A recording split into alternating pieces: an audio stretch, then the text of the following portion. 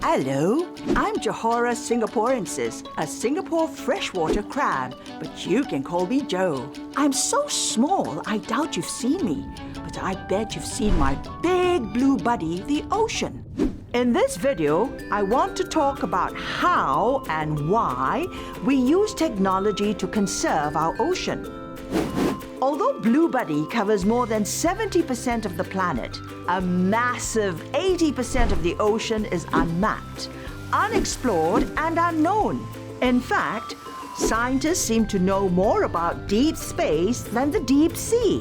What we do know from what has been explored and mapped is that the ocean brings us enormous benefits.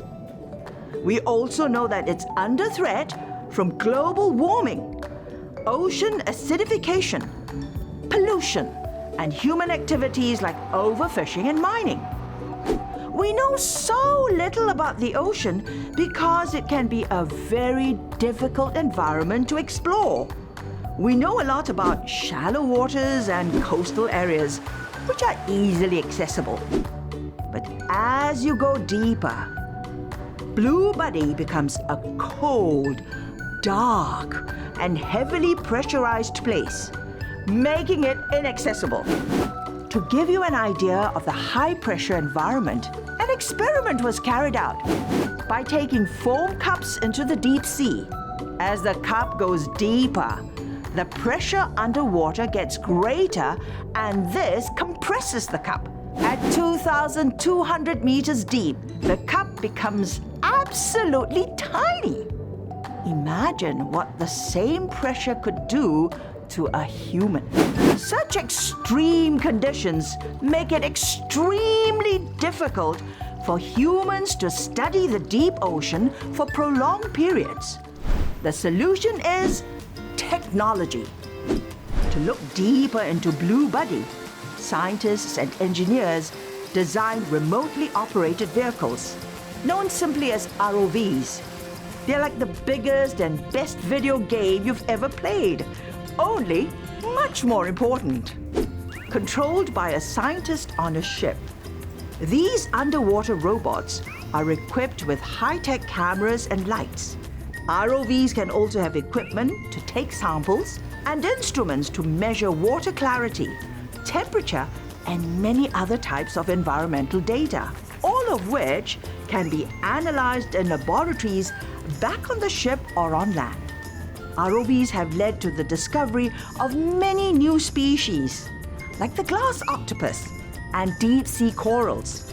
Data collected by ROVs help us better understand Big Blue Buddy, including potential medical discoveries, opportunities to map the sea floor, and the impacts of climate change.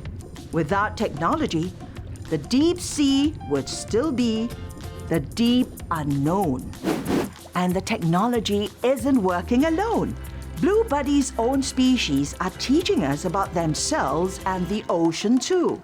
For example, sea turtles, sharks, and manta rays are being satellite tagged to study them and their environment so that scientists can learn their behaviors and find ways to protect them.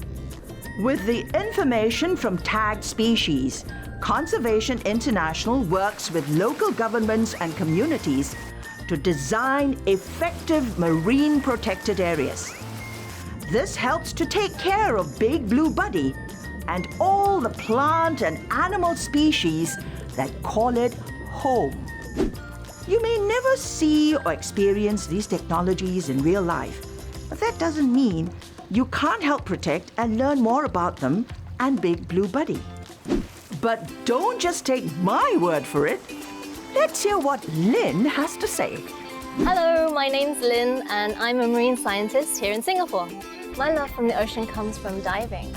Underwater, you see the busy lives of fish and you hear sounds that you've never heard of before, and then you're floating in the water. It's amazing. I couldn't be too far away from it anymore, so I chose to study marine biology so that I would never have to be far away from it again. You don't have to dive to fall in love with the ocean. There are so many beaches here in Singapore that are accessible. You can go for an intertidal walk and see what critters live in our oceans, and then get inspired and share that with your friends and family. Take your friends and family out to see Big Blue Buddy and all its amazing life, and enjoy all these activities without damaging Big Blue Buddy and all its precious marine life. Overall, my advice is to start small. We must look after our Big Blue Buddy so Buddy can look after us and future generations too.